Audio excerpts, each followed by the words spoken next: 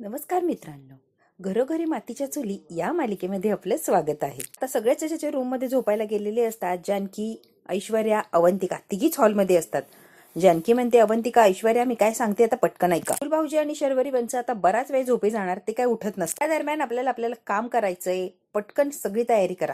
तिघी सुद्धा रेडी असतात, यांचं काम यांना करायचं असतं, अगदी काहीही झालं तरी. आता जानकी आणि अवंतिका आलेले असतात बरोबर शर्वरीच्या रूमच्या बाहेर. ऐश्वर्या आलेली असते फोन चार्ज करून. हो हो आलाय की, आणि फोन चार्ज सुद्धा झालाय जानकी. तास लावलाय ना, आणि नवीन चार्जर होतं, झालाच असणार ना. या फोन चार्ज झाला नाहीये, तू चेक केलं नाही का? असं कसं 2 तास फोन चार्ज होत होता, झालाच असणार ना. आता लावला होता चार्जिंगला कुठे लावलं ते सांग. रूम मधलं सॉकेट खराब आहे ना ऐश्वर्या, तरी विचारायचं ना. ऐश्वर्या 2 तास व्हायला गेलीत. एवढा सगळा प्रयत्न केलेला असतो आणि काय तर आता फोनच चार्ज झालेला नसतो. ऐश्वर्या म्हणते, आय एम सॉरी, मला खरंच माहित नव्हतं. जानकी म्हणते, इट्स ओके, एवढ्यात काय काम होत असेल तेवढं करूया. आता ऐश्वर्या आणि जानकी आतमध्ये जाणार असतात रूम मध्ये, आणि अवंतिका बाहेर थांबणार असते. कुणी जर येणार असेल तर मग अवंतिका यांना आवाज देणार असते, पटकन जा तुम्ही. जानकी आता शर्वरीच्या रूमचा दरवाजा उघडायला बघते तर तिने आतमधनं लॉक केलेलं असतं. जानकी म्हणते, अरे यांनी आतमधनं लॉक केलंय, आता आतमध्ये कसं जायचं?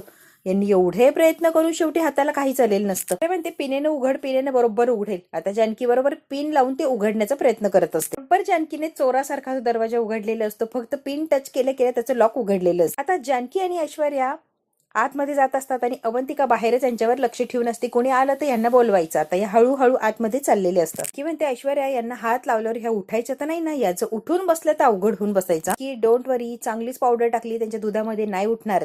अनलॉक करते पटकन फोन. की आता शर्वरी झोपलेली असते, तिच्या तोंडापुढे फोन नेते आणि अनलॉक करते. जानकी, वेडी आहेस काय ग? असं कसं अनलॉक होणार? तिचे डोळे उघडायला लागणार तरच तो फोन अनलॉक. डोळे उघडल्याशिवाय ती फोन अनलॉक करू शकत नाही. की म्हणते, अगं मग काय करायचं? मिक्स केले, ती झोपी गेली ना. आता स्वतःच्या हाताने तिचे डोळे असे वर करते, डोळे उघडतात आणि मग तो मोबाईल अनलॉक करतात. असतो या शर्वरीचे डोळे उघडून फोन अनलॉक करायला जातात की राहुलला ठसका लागलेला असतो. राहुल उठून बसतो. जानकी आणि ऐश्वर्या बेडच्या खाली पटकन झोपी जातात. ठसका लागलेला असतो पण झोप असते, त्याला ती औषधामुळे गुंगी आलेली असते. ठसका गेल्यावर जागेवर तो परत झोपी जातो. आता ऐश्वर्या आणि जानकी इतके घाबरलेले असतात, पटकन त्या बेडच्या खाली लपलेले असतात. आता परत झोपी गेलेले असतो. या दोघी सुद्धा उठतात. अनलॉक झाल्या दोघी जणी पळून गेलेले असतात. काम झालेलं असतं. यांना काय फोन मध्ये एवढं जरी बघायला मिळालं तेवढं करायचं असतं, आणि फोन अनलॉक झाल्या या बाहेर पडतात.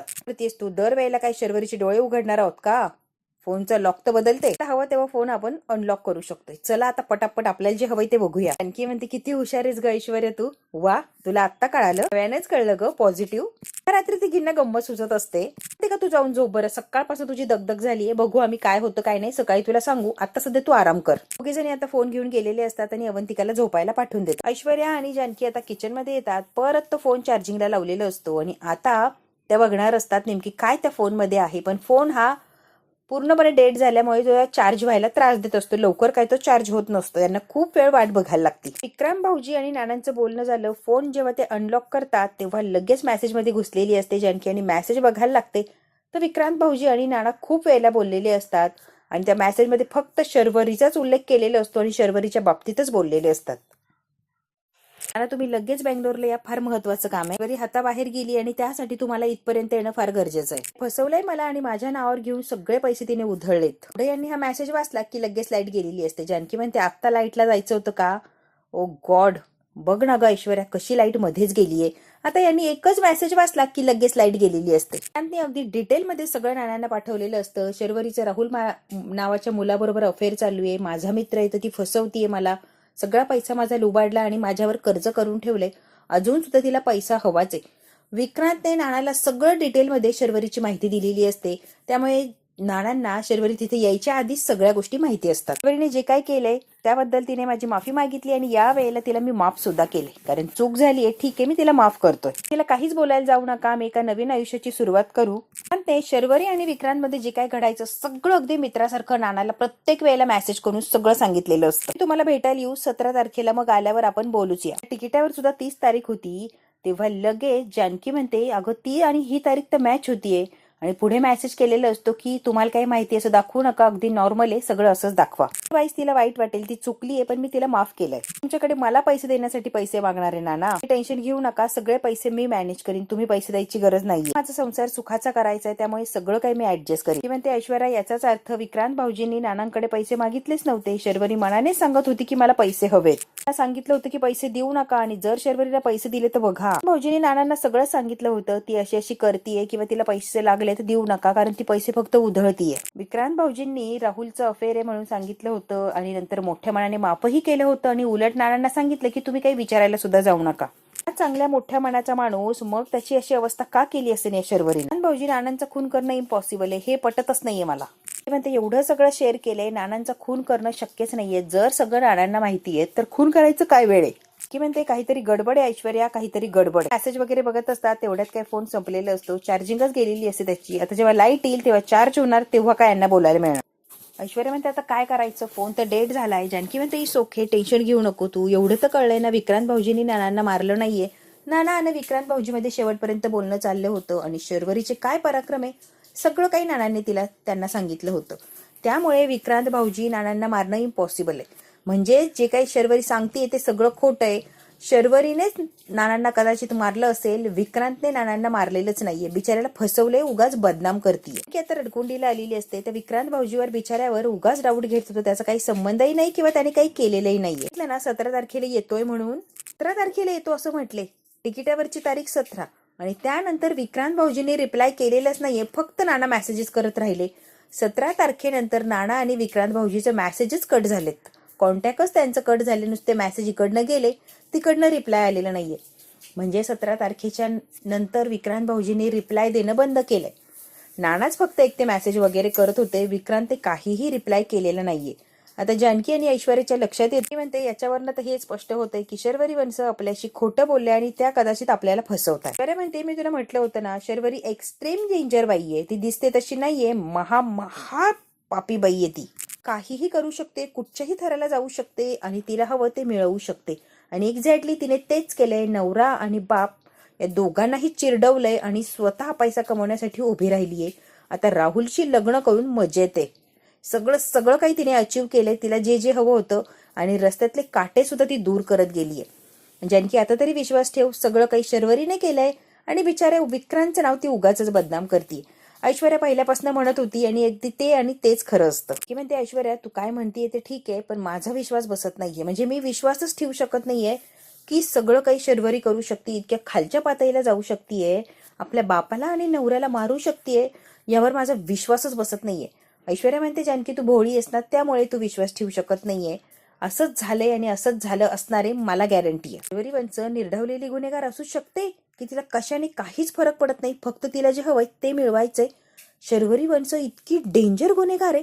जानकीला सुद्धा प्रश्न पडलेला असतो की खरंच शर्वरी किती खालच्या पातळीला जाऊन वागली, तिने कोणाचा कशाचाच विचार केला नसतो. जानकी आता रडायला लागलेली असते. जानकी म्हणते मेसेजेस वरून तर सगळं स्पष्ट होतंय, त्यांनी आपल्याला फसवलंय, आणि पैशांसाठी वाटेल ते करायला तयार झाल्या, आणि वाटेल ते केलंय, आणि फक्त पैसा मिळवण्यासाठी, स्वतःचं सत्य लपवण्यासाठी, स्वतः जे केलंय ना ते सगळे पराक्रम लपवण्यासाठी इतकं खोटं वागताय, आणि अजूनही ते खोटंच वागताय. सगळं मोठं कांड करून सुद्धा किती मोकळेपणाने त्या घरात वावरताय बघ की.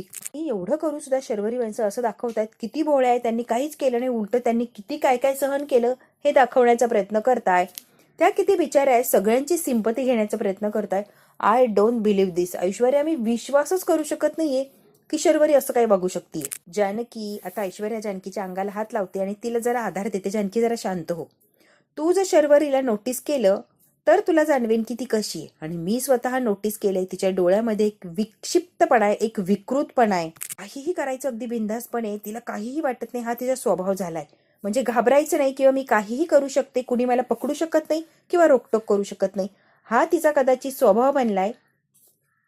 त्यामुळे ती घाबरतही नाहीये आणि कुणाला कशाला जुमानतही नाहीये. तुला कळतंय का जानकी मला काय म्हणायचंय? जानकी तू खूप आता हळवी झाली आहेस, तुला सगळं वाचून त्रास होतोय, पण ही रिअल फॅक्ट आहे. आणि ही तू आत्ता बघतीये, मी ती आल्यापासनं बघतीये की तिला नीट बारीक तिचं ऑब्झर्वेशन कर, नोटीस कर, मग तुझ्या लक्षात येईल एक नंबरची गुंड, निढारलेली आणि विक्षिप्त अशी बाई आहे.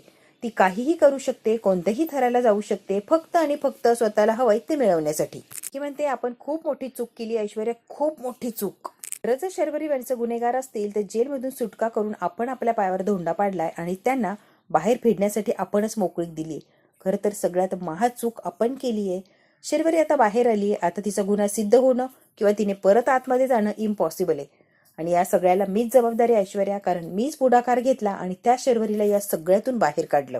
जानकी आता डोळे वगैरे पुसते, स्वतःला सावरते आणि म्हणते, जानकी ऐश्वर्या हा फोन तुझ्याकडे घेऊन जायचा. लाईट आली की पहिले फोन चार्ज करायचा, सगळ्या डेटा तुझ्याकडे सेव्ह करायचा आणि फोन आहे त्या जागेवर ठेवायचा.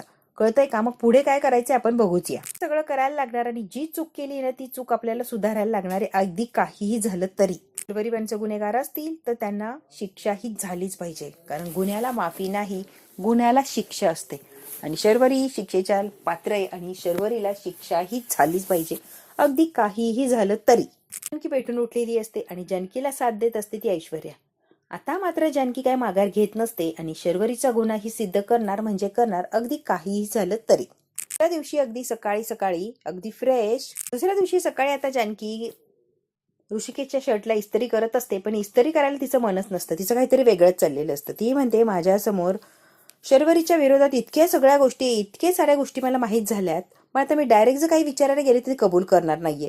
मला खूप सारे पुरावे जमा करायला लागणार, तेव्हा शर्वरीला प्रश्न विचारायला लागणार. राहून एकच विचार येतो की त्या खरंच असं वागू शकतात किंवा त्या खरंच असं करू शकताय का. जानकीला बिचारीला टेन्शन आलेलं असतं की शर्वरी असं करू शकते का, तिला अजून सुद्धा गॅरंटी नसते.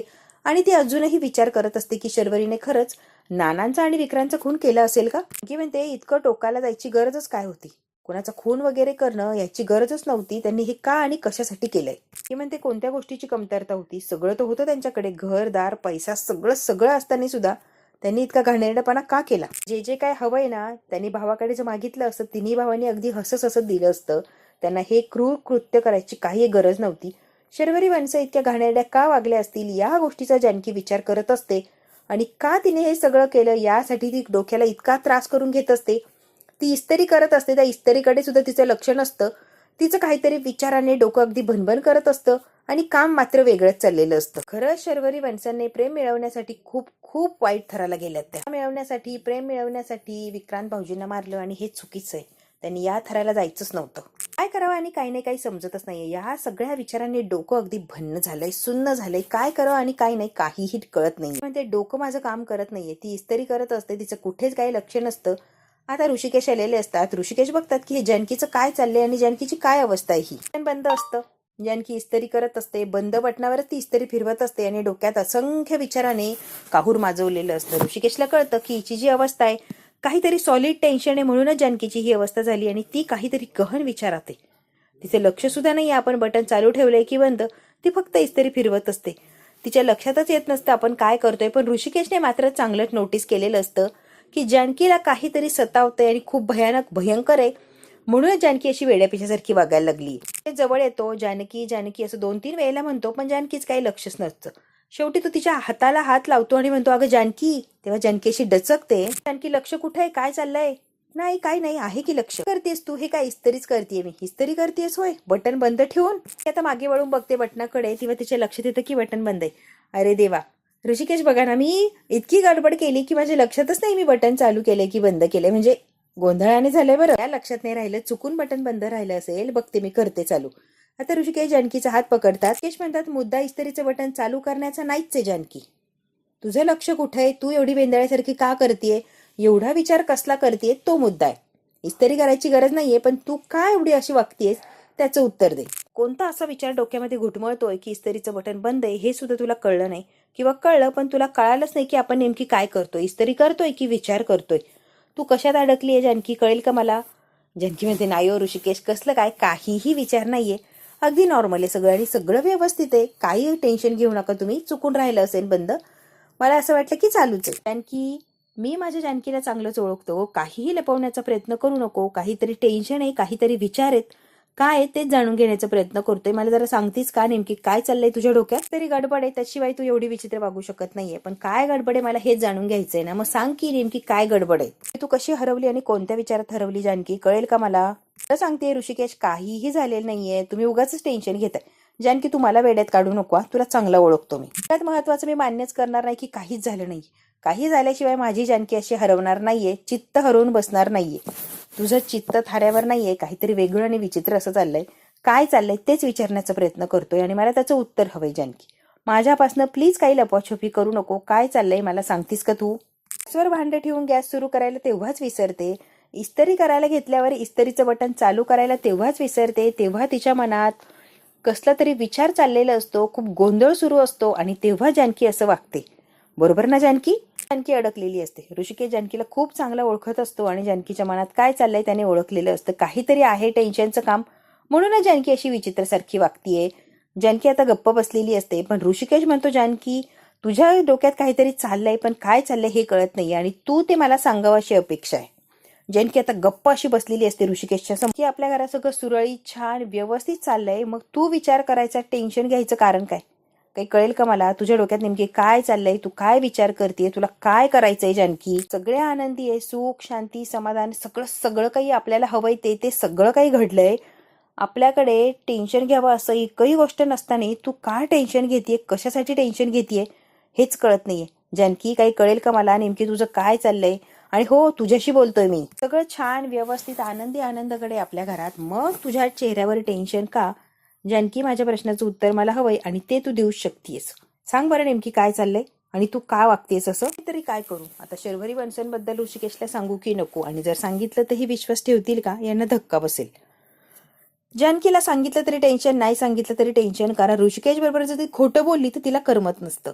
अगं जानकी तुझ्याशी बोलतोय मी, तुझं काय चाललंय सांग की. जानकी म्हणते कसं आहे ना ऋषिकेश, कधी कधी आपलं सुख आपल्याकडे जर परतून आलं तर त्याला कुणाचीही दृष्ट लागू नये असं वाटत असतं. झालंय ऋषिकेश माझं, नेमकी काय म्हणायचं जानकी जरा स्पष्ट सांगतीस का? ऋषिकेश आपण सगळं सुरळीत करायचा प्रयत्न केला, पण सगळं विचित्र आणि विपरीतच घडलं. सगळं सुरळीत करण्याचा प्रयत्न केला, सगळं सुरळीत झालं, सगळं सगळं काही व्यवस्थित होतंय असं वाटलं सुद्धा. आपल्या कुटुंबाची आपल्या नात्याची सगळ्याचीच घडी बसली अगदी व्यवस्थित.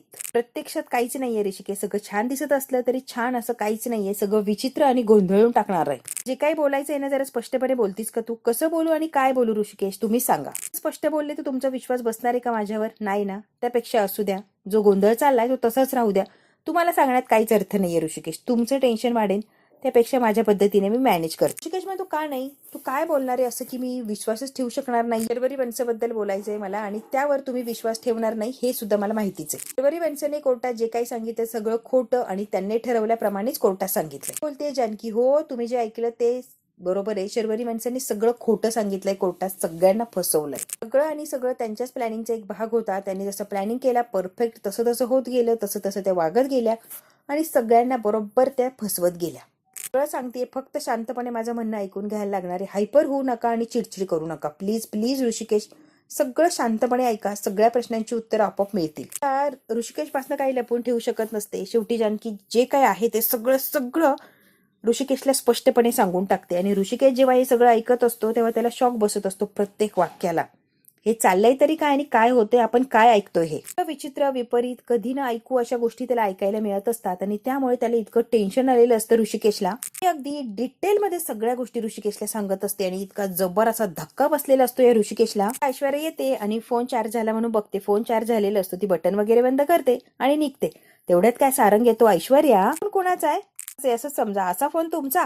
आता हा सारंग पटकन हातात फोन घेत. सारंग नाही तो फोन बघितल्या बघितल्या म्हणजे उघड्याच असतो, अनलॉक झालेला असतो, तर लगेच त्याच्यावर विक्रांतच्या आईचा फोटो असतो स्क्रीनवर. तुमचा फोन आहे म्हणता आणि मग विक्रांत भाऊजींच्या आईचा फोटो कसा आहे ऐश्वर्या यात? आता सारंग सुद्धा प्रश्न विचारतो ऐश्वर्याला. ऐश्वर्या सुद्धा अडकलेली असते. सारंग सुद्धा प्रश्न विचारतो, सांगा की याच्यावर फोटो कसा आलाय विक्रांतदाजींच्या आईचा? हा सारंग इतका जोरात ओरडतो की हा फोन विक्रांतदाजींचा आणि मग तुमच्याकडे काय करतोय? पण ते जरा हळू बोलता का? किती मोठ्याने बोलताय तुम्ही? मी सगळ्या प्रश्नांची उत्तरं देते, जरा आधी हळू बोलायला. मला सगळं काही सांगणार आहे पण थोडा वेळ आहे त्याला. तुम्ही जरा शांत बसता का? आणि तोपर्यंत या फोन बद्दल कोणाशीच काही बोलायला जाऊ नका. सारंग इतका वेड्यासारखा करतो की सगळ्या प्रश्नांची उत्तर त्याला आत्ताच हवी असतात. मला का काही सांगू शकत नाहीये आणि मला जाणून घेण्याचा अधिकार नाहीये का? ऐश्वर्या म्हणते हो मी तुम्हाला सगळं सांगते, थोडं थांबता का? फोन तुमच्याकडे कसा आला मला एवढंच जाणून घ्यायचंय, बाकी मला काहीच नकोय. सारंगच्या डोक्यात प्रश्न चालू झालेले असतात. विक्रांत दाजींचा फोन ऐश्वर्याकडे कसा आणि ऐश्वर्या त्या फोनचं नेमकी काय करतीये?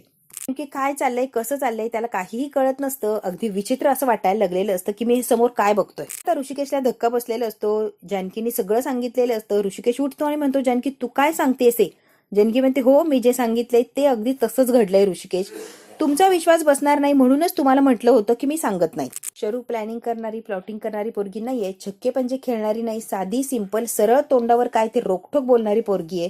तिला असं तुम्हाला शर्वरी माणसाबद्दल आता वाटतंय, मला आधी तेच वाटत होतं. दिवशी स्टोर रूम मध्ये विक्रांत भाऊजींची बॅग मिळाली आणि त्यामध्ये वॉलेट आणि वॉलेटमध्ये तिकीट होतं ना 17 तारखेचं. तेव्हा मला सगळ्या गोष्टींची हळूहळू कल्पना यायला लागली. काय म्हणाले होते कोर्टात, ज्या दिवशी नानांचा खून झाला त्याच दिवशी विक्रांत भाऊजी मुळशीत आले होते. बरोबर. खरं तर नानांचा खून व्हायच्या आधीच दिवस आधी पोहोचलेले होते. हे आपल्याला सांगितलं का त्यांनी? नाही, त्यांनी खोटं सांगितलं. जेव्हा बारीक निरीक गोष्टींची चौकशी करायला गेले तर उडवाउडीची उत्तरं दिली आणि माझ्यापासून लांब पळाल्या किंवा मला प्रश्न परत पडूच नाही किंवा मला उत्तर विचारण्याची वेळ येऊ नये अशा याने ते माझ्यापासून लांबच राहिल्या. शर्वरी माणसांजवळ असलेल्या विक्रांत भाऊजींचा फोन मिळवण्याचा मी प्रयत्न केला आणि त्या फोनमध्ये फोन मिळवला म्हणजे तू काय केलं? शरूच्या रूममध्ये जाऊन फोन चोरला की काय? अगदी तसंच नाही, पण तसं म्हटलं तरी पण चालेल. तसंच काहीचं करण्याचा प्रयत्न केला मी. फोनमध्ये जे काय मिळालं ना ऋषिकेश, त्याने मीच बधीर झालीये. तुम्हाला सांगितल्यावर तुमचं तर डोकं बंद पडेल. खूप भयान अशा गोष्टींचा उलगडा झालाय. एक वेळेला विक्रांत भाऊजींनी नानाला अगदी डिटेलिंग मध्ये मेसेज केले. नाना सुद्धा विक्रांत भाऊजीशी बोलत होते. तिथे जे काय घडत होतं सगळं नानांना माहिती होतं, पण विक्रांत भाऊजींनी सांगितलं होतं कोणाला काही सांगू नका, सध्या गप्प राहा, मी सांगायचे तेव्हा बोला, आत्ता काहीच बोलायची गरज नाहीये. नानांना सगळं काही शर्वरी आणि राहुलच्या बाबतीत आधीच माहिती होतं, कारण विक्रांत भाऊजीने आधीच सांगितलेलं होतं. ऋषिकेश म्हणतो, तू काय सांगती? हो, मी स्वतः काल रात्री मेसेजेस वाचले. येण्याआधी नानांना मेसेज केला होता, त्यानंतर त्यांनी मेसेजेस केले, कॉल केले. विक्रांत भाऊजींनी मेसेज रिप्लाय सुद्धा केलं नाही. कॉल करणं तर खूप दूरची गोष्ट आहे. नाना आणि विक्रांत भाऊजी एकमेकांना भेटणारे, बोलणारे हे आधीच कोणाला तरी कळालं आणि तेव्हाच विक्रांत भाऊजींचा आवाज बंद झाला. म्हणजे विक्रांत भाऊजींनी नानांना मारलंय हे शरूने खोटं सांगितलं. एक्झॅक्टली मी हेच सांगण्याचा प्रयत्न करते ऋषिकेश. त्यांचा खून कुणी केला हे माहित नाही आपल्याला, पण विक्रांत भाऊजीला शर्वरीनेच मारलंय हे त्यांनी कोर्टात स्वतः कबूल केले आणि हे खरं आहे. खोटं कारण सांगून कबूल केलंय. खरं काय ते कारण त्यांनी सांगितलंच नाहीये. काय सांगितलं? सेल्फ डिफेन्स साठी मी विक्रांतला मारलंय. बरोबर ना? तसं नाहीये. त्यांनी विक्रांतचा खून करायचा, आवाज कायमचा बंद करायचा म्हणून विक्रांत भाऊजीला मार. सगळ्या गोष्टी माझ्या मनात खूप दिवसांच्या घोळताय. सगळा संशय तर आहेच, पण पुरावा नाहीये माझ्याकडे. सगळं छान व्यवस्थित चाललंय, पण आईंना हे कळाल्यावर किती त्रास होणार आहे त्यांना. शर्वरी बेन्सनने एकट्यात जाऊन विचारू का? खूप वेळा प्रश्न आला मनात, पण त्या उत्तर देणार नाही हे सुद्धा मला माहिती. शर्वरी बेन्सनने जो गुन्हा केला असेल तर एखाद्या गुन्हेगाराला असं मोकळं नाही फिरू देऊ शकत आहे. त्या अजून काही गुन्हे करायचा प्रयत्न करते. जानकी आता खूप हळवी झालेली असते. ती म्हणते, ऋषिकेश आता मला हळवं होऊन जमणार नाहीये. या गोष्टीचा जर सोक्ष मोक्ष लावला नाही तर मला सारखं टोचत राहणार आणि बोचत राहणार की मी न्याय मिळवून दिला नाही. एका गुन्हेगाराला मी पाठीशी घातलं आणि निर्दोष माणसाची खून होऊन, हत्या होऊन सुद्धा मी काहीही करू शकले नाही. इतके निर्दयीपणे त्याला मारले, विक्रांतला ठेचून मारले आणि तेही शर्वरीने. आणि तरी सुद्धा शर्वरी मोकाट फिरतीये हे मी सहनच करू शकत नाहीये. मी स्वतःला कधी माफच करू शकत नाहीये. विक्रांत गुन्हेगाराची सुटका फक्त आणि फक्त माझ्यामुळे झाली. मी इमोशनल झाले आणि त्याच्याकडे तसंच बघितलं. खरं तर तो गुन्हेगार इमोशनल होऊन बघावं या लायकीचा नव्हताच. गुन्हेगार हा गुन्हेगार असतो आणि हे मी विसरून गेले. आता खऱ्या गुन्हेगाराला शिक्षा मिळणार म्हणजे मिळणार. मी काय आता मागे हटत नसते. काहीही झालं तरी मी मागे हटणार नाही. या प्रकरणाच्या मुळाशी मी जाणार आणि योग्य काय ते बाहेर आणणार आणि न्याय हा मिळवून देणार नानांना आणि विक्रांत भाऊजीला. तेव्हाच ऋषिकेश मी शांत बसणार. हा भाग तर इथेच संपतोय. पुढच्या भागात काय होणार अगदी आपण थोडक्यात बघूया. की नाही आता डायरेक्ट विचारलेलं असतं शर्वरीला की कोर्टात खोटी साक्ष का दिली. शर्वरी आता काय रडते, गागडते, इमोशनल ब्लॅकमेल करण्याचा प्रयत्न करते आणि सुमित्रा म्हणते, जानकी तू हे काय करते? तुला तरी कळतंय का? नाही, त्यामागे कारण आहे. काही पुरावा आहे का ग तुझ्याकडे? पुरावा आहे माझ्याकडे. ऐश्वर्या दाखव ग पुरावा. फोन विक्रांत भाऊजीचा आहे. आता फोन घ्यायला गेलेली असते. जानकी पटकन फोन माघारी घेते आणि शर्वरीकडे रागाने बघते. तुझ्याकडे कसं आलं ग? कळेल ना, थांबा जरा, सगळं कळेल. शर्वरी आता रागाने बघत असते जानकीकडे आणि घरातल्या सगळ्या लोकांना धक्का बसलेला असतो की जानकी शर्वरीवर डायरेक्ट कसा आरोप करते की ती कोर्टात जे काही बोलली ते खोटं बोललीये आणि खरं तर शर्वरीने सगळं केलंय आणि मग ती नामानिराळी काय. आता सगळे चिडलेले असतात जानकीवर. जानकी असं वागूच कसं शकती आणि शर्वरीवर एवढं सगळं होऊन सुद्धा ती आता का डाऊट घेते किंवा काय प्रश्न आहे तिच्यावर असा डाऊट वगैरे घेण्याचा. आता जानकीकडे पुरावा मागितलेला असतो शर्वरीने आणि जानकीकडे भक्कम असा पुरावा असतो. बघू त्या पुराव्याच्या आधारावर शर्वरीला जेलची हवा खायला लागणार का आणि योग्य ते न्याय मिळून विक्रांत आणि नानांना ती जो गुन्हा झालाय किंवा नानांच्या बद्दल जे काही वाईट घडले त्या सगळ्या गोष्टीला ती न्याय देऊ शकणार का. हे जर बघायचं असेल तर बघायला लागणारे पुढचा भाग हा भाग इथेच संपतो. व्हिडिओला लाईक, शेअर, सबस्क्राईब नक्की करा. धन्यवाद मित्रांनो.